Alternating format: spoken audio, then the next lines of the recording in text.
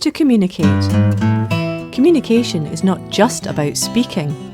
There are many different ways to communicate. Find out here. Communication is really important for everyone, every day. Communication is the most important skill in life. Practically everything we do involves some kind of communication. But what about people who can't speak, or who can't speak clearly enough to make themselves understood? Can't speak. What does that feel like? Maybe it's pretty lonely. It might feel a bit sad. It could be really, really frustrating sometimes. Yes, communication disability, not being able to speak, is a huge barrier, and it affects every area of a person's life.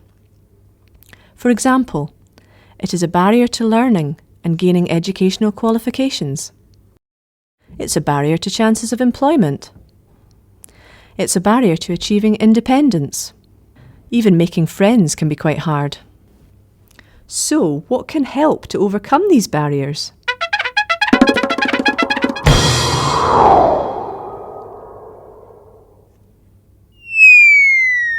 Well, augmentative and alternative communication can help. That's AAC for short. Right, what is AAC? What is augmentative and alternative communication? It means that some people need different ways of speaking. Some people have different ways of understanding, or they have different ways of reading or writing. Some people need to use technology. Actually, there are so many ways to communicate, like signing. Talk about your interests, what you did at the weekend, also how you communicate with each other.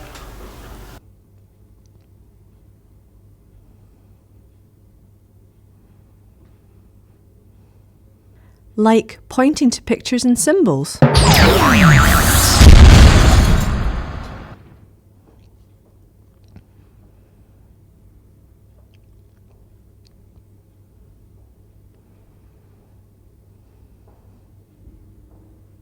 Like using an electronic communication aid. Used augmentative methods of communication for many years, as I have cerebral palsy which makes my speech hard to understand. I like my iPad helps talking.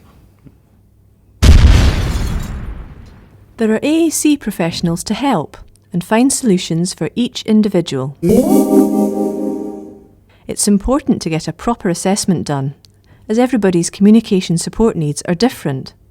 Help can be provided, for example, by a speech and language therapist, a teacher, an assistive technologist, an occupational therapist. But also, you can really help. Me? But how? Communication is a two-way process. Your role in the conversation really counts. Here are some hints and tips about how to be a good communication partner. You need to check. Communication difficulties are not always obvious at first. Help. Ask how you can help. Everyone's needs are different.